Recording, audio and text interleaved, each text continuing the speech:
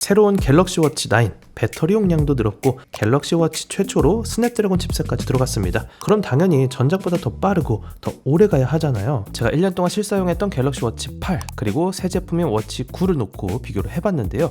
근데 좀 결과가 이상합니다. 자, 발품남입니다. 이번에도 갤럭시 워치 9 40mm 직접 구매했습니다.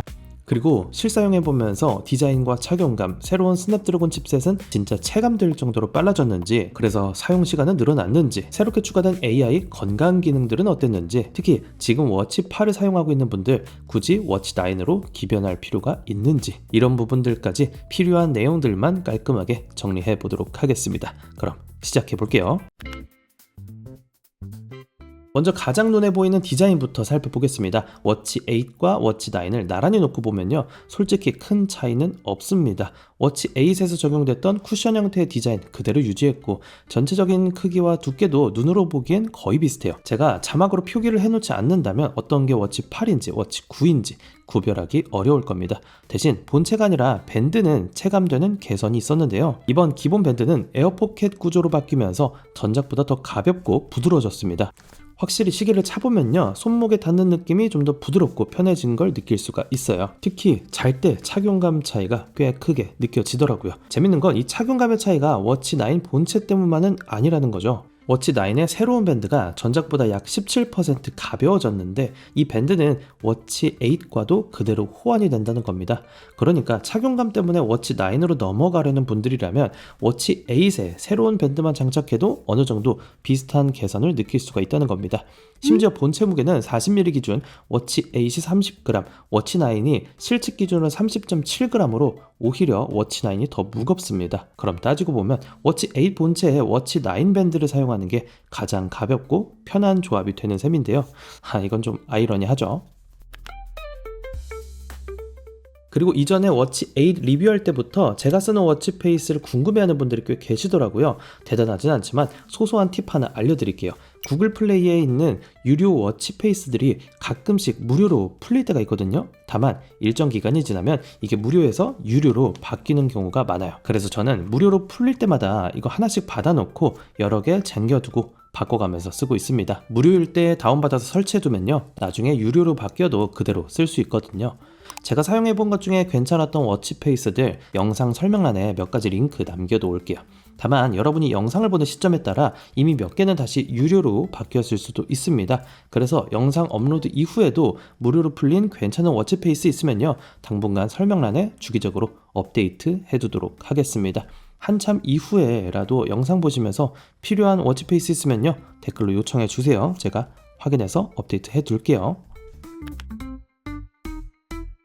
그리고 많이 고민하시는 사이즈, 이번에도 40mm와 44mm 두 가지가 출시됐습니다. 일단 무게와 크기는 다르지만 성능은 40mm, 44mm 동일합니다. 이 사이즈 고를 때 우선 수치로 이야기하면요, 줄자로 내 손목의 두께를 한번 재보는 겁니다. 약 16cm 이하라면요 40mm 추천드리고요, 16에서 17cm는 둘 다 가능하니까 착용감 중시하는 분들은 40mm, 큰 화면을 좋아하는 분들은 44mm 구매하시면 됩니다. 그리고 손목 둘레가 17cm 이상이라면요 44mm 사는 것을 권장드려요. 제 손목 사이즈는요 16.8mm 정도 나오거든요. 참고로 저는 이전 모델부터 쭉 40mm 착용하고 있습니다. 저는 가벼운 착용감이 좋더라고요. 다음은 용도별로 나눠볼게요. 착용감이 중요한 분, 알림이나 건강 데이터 확인이 주 목적이고요, 더 가볍고 잘 때까지 최대한 부담 없는 착용, 그걸 원한다면요 40mm 구매하시면 되고요, 좀 더 큰 화면에 알림이나 카카오톡, 운동 데이터를 편하게 큰 화면으로 보고 싶다면 44mm를 추천드립니다. 참고로 44mm가 40mm보다 용량은 더 큰데요, 사용시간은 큰 차이가 없거든요. 이건 배터리 이야기할 때 좀 더 말씀드리도록 할게요. 자, 그리고 이번 워치 9에서 가장 궁금했던 부분, 칩셋이 스냅드래곤으로 바뀌었습니다. 이번에는 갤럭시 워치 최초로 퀄컴 스냅드래곤 계열 칩셋이 들어갔는데요, 이 소식을 처음 들었을 때 저도 가장 먼저 생각했던 게 드디어 부드러운 화면 전환, 빠릿한 반응 속도 가능한 건가 싶었거든요. 근데 갤럭시 워치를 오래 써본 분들은 아실 거예요. 스크롤 넘길 때나 앱을 실행할 때 미세하게 툭툭 끊기는 것 같은 느낌, 직접 비교하는 게 그리 반갑지는 않지만 애플워치는 확실히 이런 부분에서는 강점이 있잖아요. 하지만 기대와는 다르게 실제로 사용해보니까 생각보다 워치 8이랑 큰 차이는 없었습니다. 그래서 이번에는 부팅 속도도 보고 스크롤도 해보고 손목 들어서 화면이 켜지는 속도, 다양한 앱 실행 속도까지 이것저것 비교해봤는데요. 우선 부팅 속도는 워치 8이 더 빨랐고요. 그리고 화면 조작도 한번 해볼게요. 그래도 조작감은 미세하게 워치 9이 조금 빠른 느낌이 있고요. 앱도 이것저것 한번 켜봤습니다. 계산기, 카메라, 나침반, 하나 둘 셋, 하나 둘 셋, 하나 둘 셋, 구글 플레이, 날씨, 달력, 음악. 결과는 워치 9이 확실하게 빠르다라고 말하기에는 좀 애매해요. 두 제품을 나란히 놓고 보면요, 전체적인 반응 속도가 비슷한 부분이 더 많고요. 상황에 따라서는 오히려 워치 8이 좀 더 빠르게 느껴질 때도 있었어요. 물론 그렇다고 스냅드래곤 칩셋 자체가 별로라는 이야기는 아닌데요. 워치 8의 엑시노스는요, 이전 세대부터 계속 사용하면서 최적화가 충분히 쌓여왔을 테고요. 반대로 워치 9의 스냅드래곤은 플랫폼 자체가 바뀐 첫 번째 세대인 만큼 아직은 최적화에 좀 더 시간이 필요한 단계라 볼 수도 있겠죠.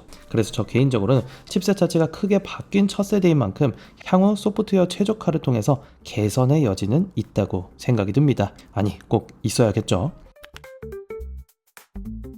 사실 이런 간단한 조작만으로 성능을 판가름하기에는 어렵습니다.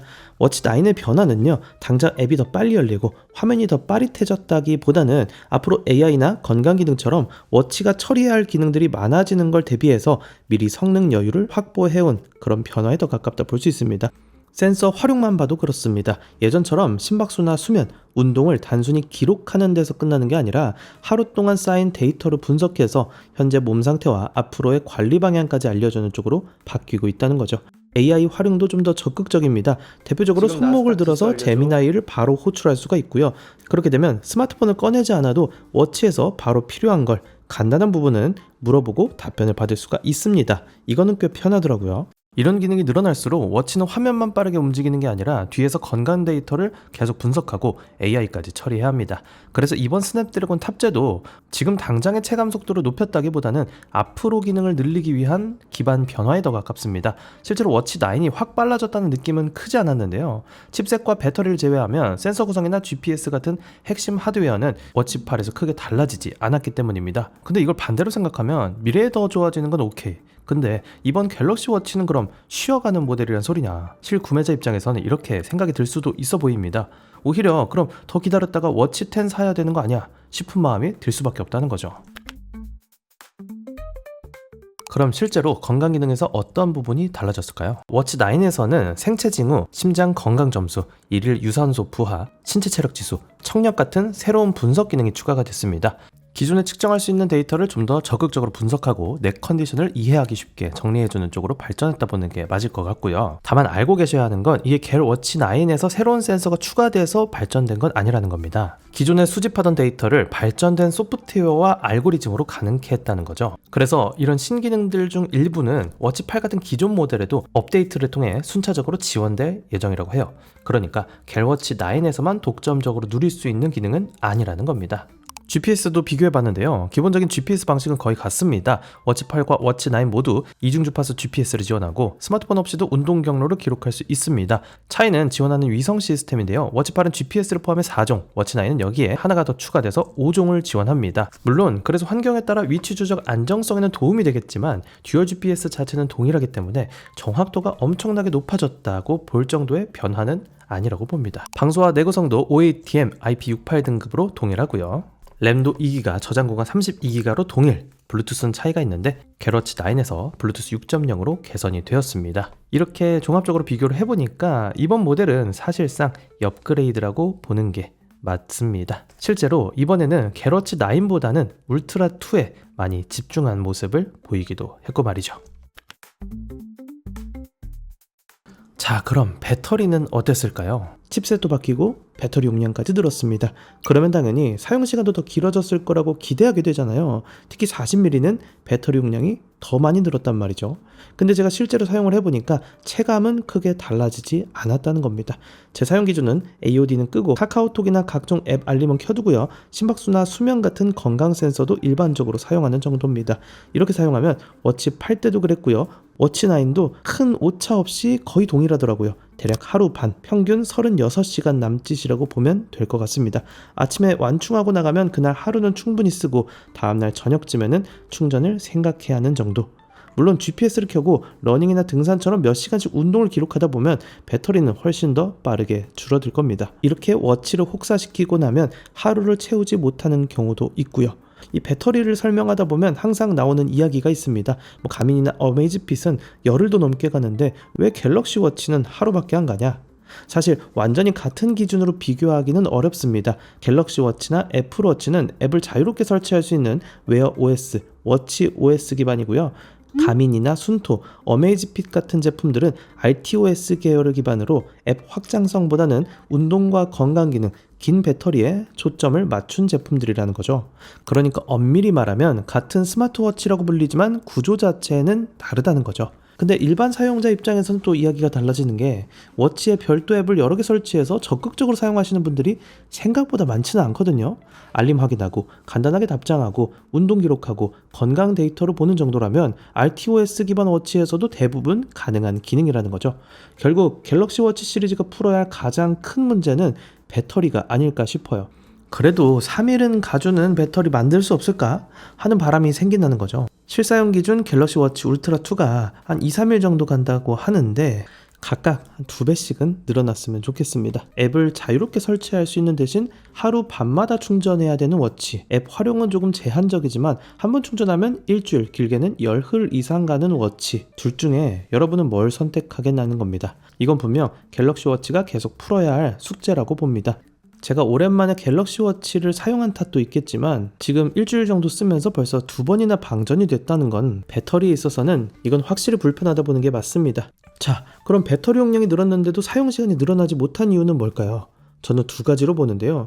이번에 처음 들어간 스냅드래곤 플랫폼, 삼성도 처음 적용한 만큼 전력 최적화가 아직 완전히 다듬어지지 않았을 가능성, 그리고 여기에 건강 기능도 늘어났다는 겁니다. 워치가 하루 종일 더 많은 데이터를 측정하고 분석하고 AI까지 활용해야 되다 보니까 당연히 전력 소모가 늘어날 수밖에 없었겠죠. 그러니까 배터리는 늘었지만 배터리 타임의 다운그레이드를 막기 위해서 무게가 크게 늘어나지 않는 선에서 삼성이 의도적으로 최소한의 방어를 했다라고도 합리적으로 추론해 볼 수 있지 않을까요? 앞으로 소프트웨어 최적화로 이 배터리 타임은 좀 더 좋아질 여지는 있겠습니다만 아무튼 현재 기준으로는 이렇습니다. 그래도 워치 9을 실사용해보면서 건강 기능에 있어서만큼은 전작보다 좋아졌다고 체감되는 부분이 있었는데요. 예전에 단순한 기록이나 측정보다는 이젠 내 상태를 알려준다는 거죠. 예전에는 오늘 몇 걸음 걸었는지, 심박수는 몇인지, 몇 시간 잤는지 이 정도를 보여주는 데 집중했다면 이제는 이런 데이터를 모아서 지금 내 몸 상태가 어떤지, 그리고 앞으로는 어떻게 해야 하는지 이런 것까지 답변해 준다는 겁니다. 대표적인 게 생체 징후입니다. 심박수, 심박 변이도, 피부 온도, 혈중산소, 호흡률 같은 데이터를 이용해서 평소 내 몸의 기준을 만들고 평소와 다른 변화가 있는지 한눈에 확인할 수 있게 해준다는 거죠. 여기에 심장 건강, 유산소 부하, 신체 체력 지수 같은 기능도 같이 활용할 수가 있고요. 특히 운동하시는 분들은 이런 부분이 꽤 재밌을 겁니다. 단순히 오늘 몇 킬로 뛰었습니다 에서 끝나는 게 아니라 지금 컨디션은 어떤지, 운동량이 과하지는 않는지, 그리고 나한테 어떤 부분이 부족한지를 점수와 그래프로 보여주니까 운동을 계속 이어나가는데 확실한 동기부여가 된다는 거죠. 이는 타 브랜드에서 최근 출시되는 스마트워치의 방향성과 일치하는 부분이고요. 결국 워치9도 건강 데이터를 더 많이 재는 것보다 이미 측정한 데이터를 얼마나 의미 있게 보여주느냐, 여기에 더 힘을 준 세대라고 보면 될 것 같습니다. 배터리 말고도 쓰면서 아쉬웠던 부분이 몇 가지 더 있습니다. 먼저 무선 배터리 공유. 예전 갤럭시 워치는 충전기가 없어도 갤럭시 스마트폰 뒷면에 올려놓고 급하게 좀 충전할 수가 있었는데요. 이 기능이 워치 7부터 빠진 걸로 기억하고 있고 지금 워치 9에서도 여전히 사용할 수가 없습니다. 평소에는 전용 충전기를 쓰니까 큰 문제는 아닌데 여행 갔는데 충전기를 두고 왔다던가 밖에서 갑자기 배터리가 부족할 때는 이게 은근히 아쉬운 기능이라는 거죠. 그리고 두 번째는 결제 기능. 정확하게 말하면 갤럭시 워치에서 결제가 아예 안 되는 건 아닙니다. 네이버 페이 같은 서비스를 이용해서 QR이나 바코드 결제를 할 수가 있고 티머니나 교통카드를 등록해서 버스나 지하철을 이용하는 것도 가능합니다. 근데 갤럭시 폰에서 사용하는 이 삼성페이, 이건 그대로 쓸 수가 없다는 거죠. 갤럭시 워치를 리뷰하면 삼성페이 도대체 언제 되냐 이런 질문을 꽤 많이 받는데 이거는 향후에도 넣어줄 가능성은 낮아 보입니다. 그리고 마지막은 가격입니다. 워치 9은 40mm, 44mm 둘 다 정확하게 8만원씩 인상이 됐습니다. 물론 칩셋도 바뀌었고 배터리도 좀 더 커졌고 건강 기능이나 AI 기능도 늘었습니다. 근데 앞에서 말씀드린 것처럼 실제 사용하면서 느껴지는 속도 차이가 크지 않고 배터리도 여전히 하루하고 반나절 정도. 그래서 워치 8을 이미 쓰고 있는 분이라면 굳이 워치 9으로 바꿔야 하나? 라는 질문에는 좀 더 고민이 필요합니다. 결국 이번 워치 9은 분명 좋아진 것들은 있었지만 가격까지 오른 만큼 체감되는 변화는 확실히 아쉽다는 거죠. 자, 이제 결론입니다. 평소에는 RTOS 기반 워치들을 자주 사용하긴 하지만 갤럭시 워치도 나올 때마다 꾸준하게 구매하고 있는 이유가 있는데요. 갤럭시 스마트폰을 쓰면서 운동뿐만 아니라 일상까지 자연스럽게 연결되는 워치를 찾는다면 결국 갤럭시 워치가 가장 편한 선택이기 때문입니다. 전화 받고 카톡 알림 확인하고 간단하게 답장하고 교통카드로도 쓰고 갤럭시 스마트폰과의 연결, 호환성도 정말 좋기 때문이죠. 그리고 이제는 제미나이까지 활용할 수가 있고요. 운동 기록 자체가 가장 중요하다면 가민이나 어메이지핏 같은 전문 스포츠워치가 더 좋은 선택일 수가 있습니다. 하지만 운동도 하고 수면도 측정하고 회사에서는 알림과 전화까지 하루 종일 이 워치 하나로 대부분 해결하고 싶다면 갤럭시 폰 유저들에게는 여전히 갤럭시 워치가 편한 선택이라는 거죠. 자, 그럼 다음으로 워치 8에서 워치 9으로 바꿀 필요가 있을까요? 저는 리뷰한다고 워치 9을 구매하긴 했지만 그냥 실사용 유저라면 워치 8에서 워치 9으로 바꾸진 않을 것 같습니다. 디자인 차이는 크지 않고 착용감은 좀 더 좋아졌다고 해도 밴드 교체로 어느 정도 해결이 가능한 부분이었고요. 스냅드래곤으로 바뀌었지만 실사용 성능이 압도적으로 빨라진 것도 아니고 배터리도 여전히 하루 반 정도입니다. AI나 건강 기능을 좀 더 적극적으로 활용하고 싶다면 워치 9을 선택할 이유는 있겠지만 그 체감이 그리 크진 않았기 때문에 이건 워치 9보다는 갤럭시 워치 10 나왔을 때 그런 체감을 좀 더 많이 할 수 있을 거라고 예상이 되어집니다. 반대로 워치 5, 워치 6처럼 좀 오래된 제품을 사용하고 있거나 처음 갤럭시 워치를 구매한다면 워치 9 충분히 좋은 선택지라고는 생각하고 있습니다. 사이즈는 작고 가벼운 게 중요하다면 40mm, 큰 화면과 스마트 기능이 중요하다면 44mm 구매하시면 되고요. 배터리와 아웃도어 기능을 더 중요하게 본다면 갤럭시 워치 울트라 2까지 고려해 보시길 바라겠습니다. 이번 워치 9을 한마디로 정리하면 완성형이라기보다는 방향을 바꾼 첫 세대. 테크 좋아하는 분들이 첫 세대는 사는 거 아니다, 이 말에 조금은 공감이 됐다 할까요? 아무튼 저도 갤워치 시리즈를 좋아하는 유저로서 다음 세대에는 최소한 배터리는 좀 큰 개선을 보여줬으면 좋겠습니다. 여러분은 어떻게 보셨나요? 댓글로 의견 자유롭게 남겨주시고요. 오늘 영상이 도움이 됐다면 구독과 좋아요 한 번씩 부탁드리겠습니다. 지금까지 발품남이었습니다. 오늘도 득템하세요. 고맙습니다.